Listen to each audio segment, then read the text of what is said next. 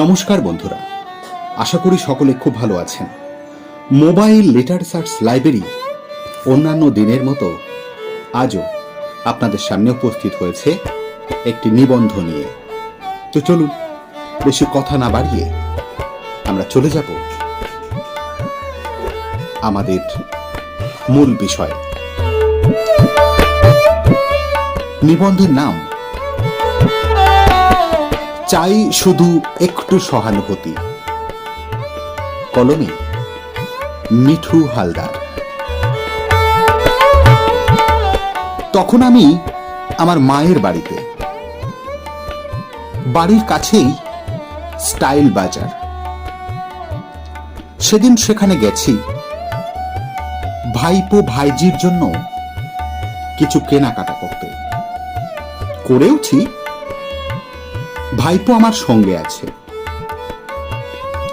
বাজার শেষে বাইরে বেরিয়ে দেখি মুষলধারে বৃষ্টি পড়ছে। অগত্যা আরো কিছুক্ষণ দাঁড়িয়ে থাকা, সঙ্গে ছাতা নেই। বৃষ্টি একটু কমতেই ভাইপোকে বলি, চল এক দৌড়ে ঘরে চলে যাই। সে বলে, দাঁড়াও, মাকে ফোন করে বলি ছাতা নিয়ে আসতে। যেহেতু কাছেই বাড়ি, তাই কথা বলা।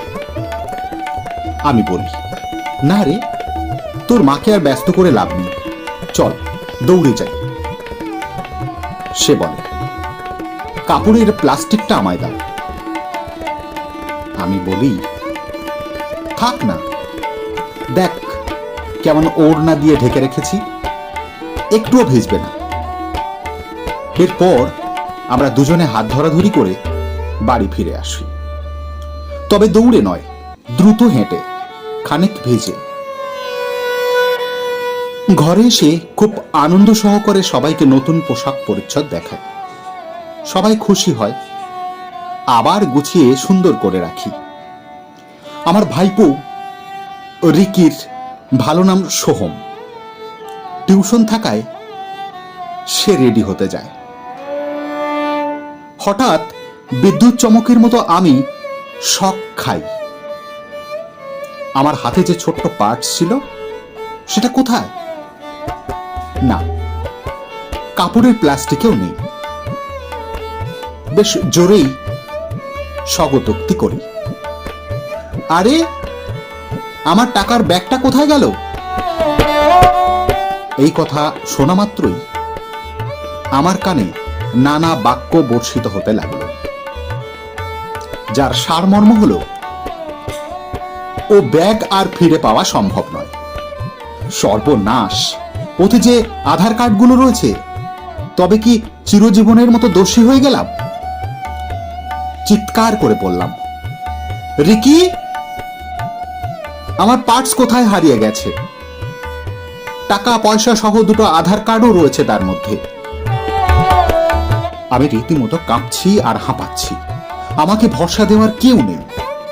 15 বছরের রিকি আমার হাত ধরে শান্ত স্বরে বলল, তোমার কিচ্ছু হারায়নি, সব পেয়ে যাবে, চলো আবার স্টাইল বাজার। ততক্ষণে বৃষ্টি থেমেছে। যদি রাস্তায় পড়ে গিয়ে থাকে? সে বলে, পড়েনি, আমি তো ছিলাম তোমার সঙ্গে। একটা ছোট্ট ছেলের এই আত্মবিশ্বাস আমার মনে খানিকটা প্রত্যয় এনে দিল। চললাম স্টাইল বাজার।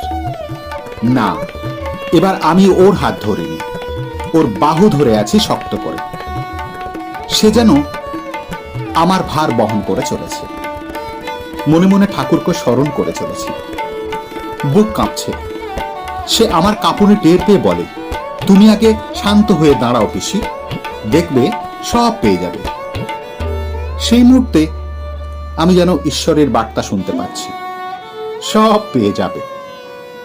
আমার ততক্ষণে মনে পড়েছে রিকির শার্ট দেখতে গিয়ে ওই তাকেই পার্টসটা রেখেছিলাম। তারপর ভুলে গেছি। সেটা 3 তলার, লিফট নেই। পা ব্যথা উপেক্ষা করে আমি দৌড়ে সিঁড়ি চড়ছি, হাঁপাচ্ছি।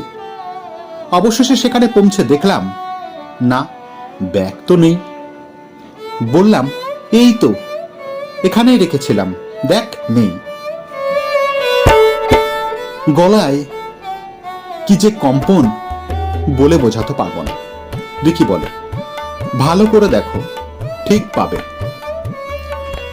এমন সময় শুনি কে যেন বলছে, দিদি আপনার পার্স হারিয়েছে। চকিতে ফিরে দেখি ওখানেরই একজন স্টাফ। বলি, হ্যাঁ ভাই। সে বলল, ওই কাউন্টারে যান। গেলাম, সেখানে দুজন বসে আছেন। আমাকে একবার দেখলেন, বললেন, আপনার পার্স?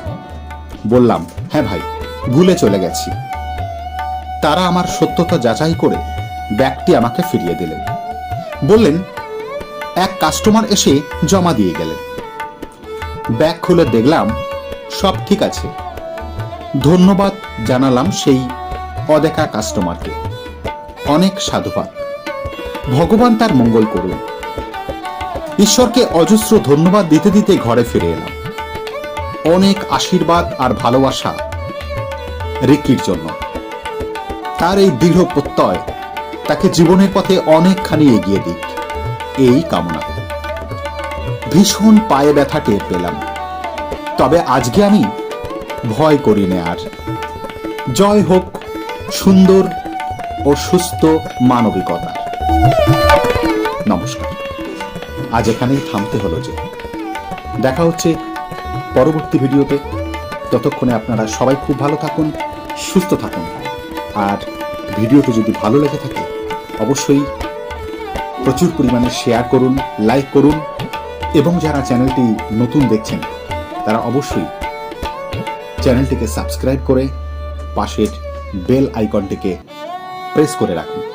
তাহলে আমাদের সমস্ত ভিডিও পৌঁছে যাবে আপনাদের কাছে।